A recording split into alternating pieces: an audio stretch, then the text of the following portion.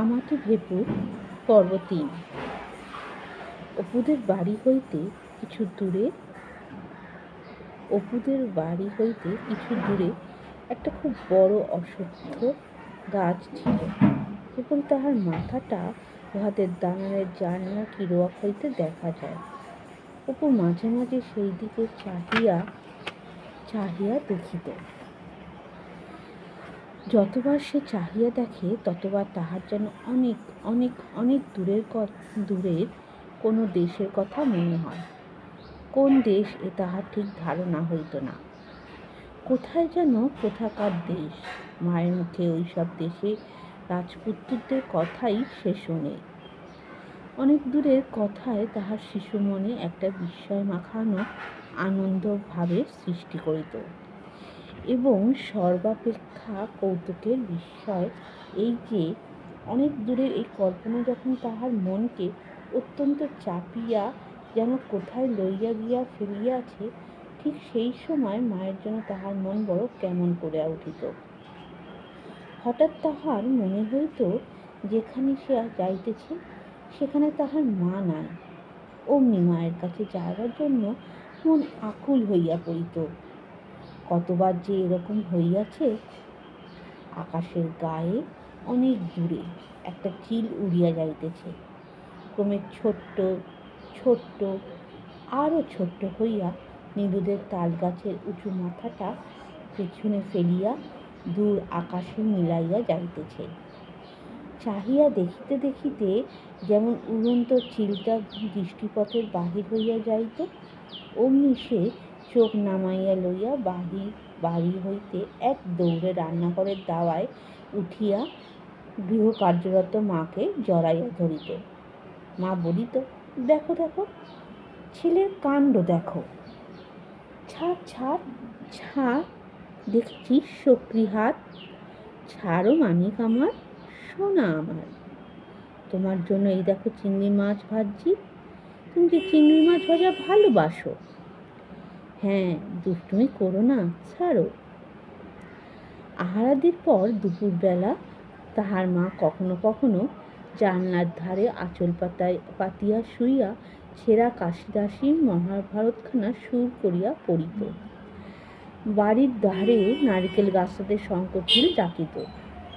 অপু নিকটে বসিয়া হাতের লেখা ক খ লিখিতে লিখিতে এক মনে মায়ের মুখে মহাভারত, বিশেষত কুরুক্ষেত্রের যুদ্ধের কথা শুনিতে তন্ময় হইয়া যায়।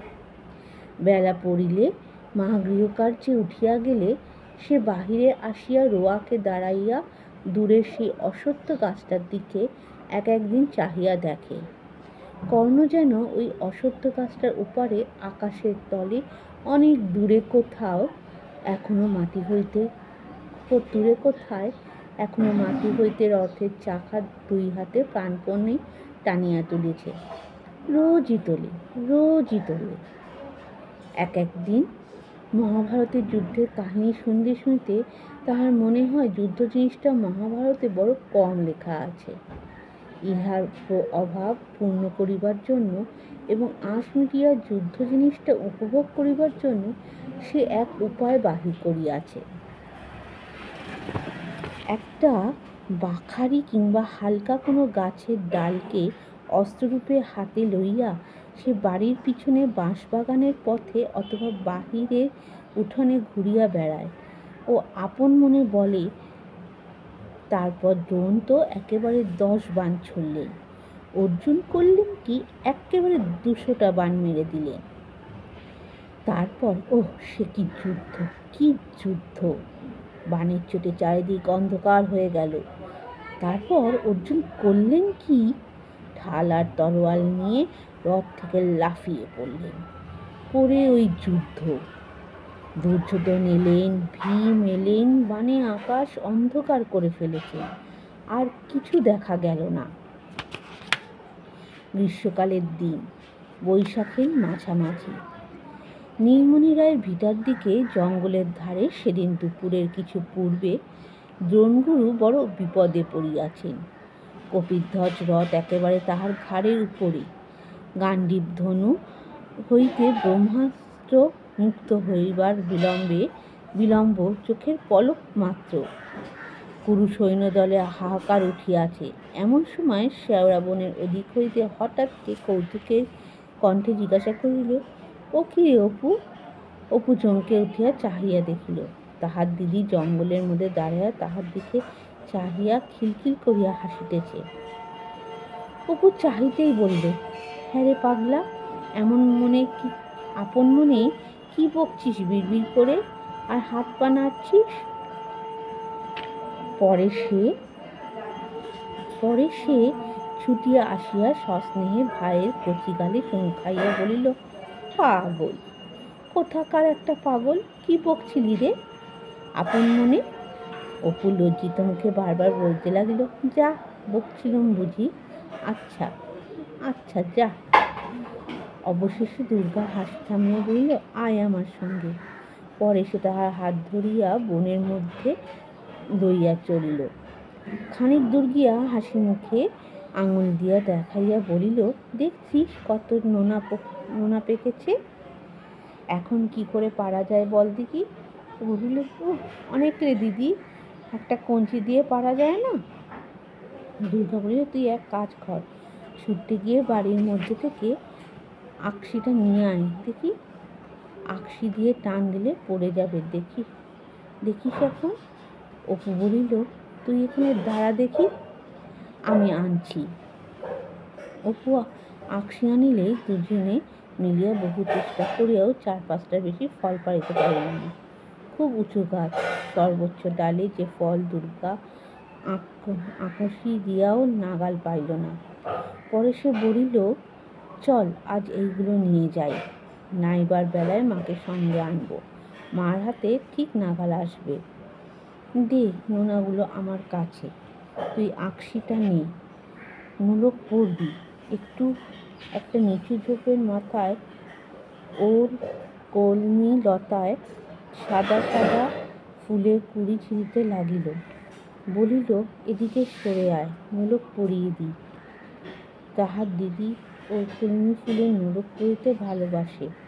বন জঙ্গল সন্ধান করিয়া সে প্রায় খুঁজিয়া আনিয়া নিজে পরে ও ইতিপূর্বে কয়েকবার অপুকেও পড়াইছে। অপু কিন্তু মনে মনে নোলক পরা পছন্দ করে না। তাহার ইচ্ছা হইলে বলে, নোলকের তাহার দরকার নাই, তবে দিদির ভয়ে সে কিছু বলিল না। দিদিকে চটাইবার ইচ্ছা তাহার আদেও নাই, কারণ দিদি বন জঙ্গল ঘুরিয়া কুলটা, জামটা, নুনটা, আমড়াটা সংগ্রহ করিয়া তাহাকে লুকাইয়া খাওয়ায়।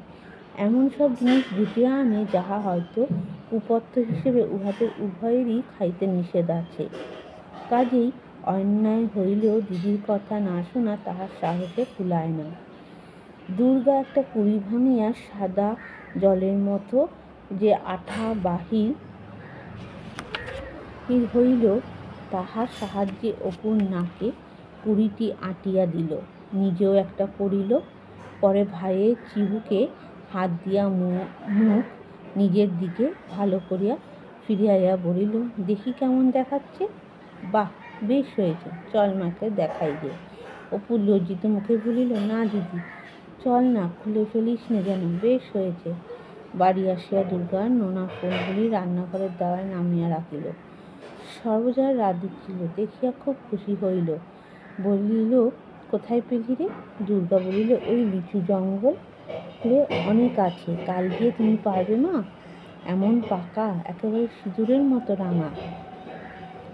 সে আড়াল ছাড়িয়া দাঁড়াইয়া বলিল, এদিকে দেখো মা। অপু নোলক পরিয়া দিদির পিছনে দাঁড়াইয়া আছে। সর্বজয়া হাসিয়া বলিল, ও মা, ও আবার কে রে? কে চিনতে তো পারছি নে।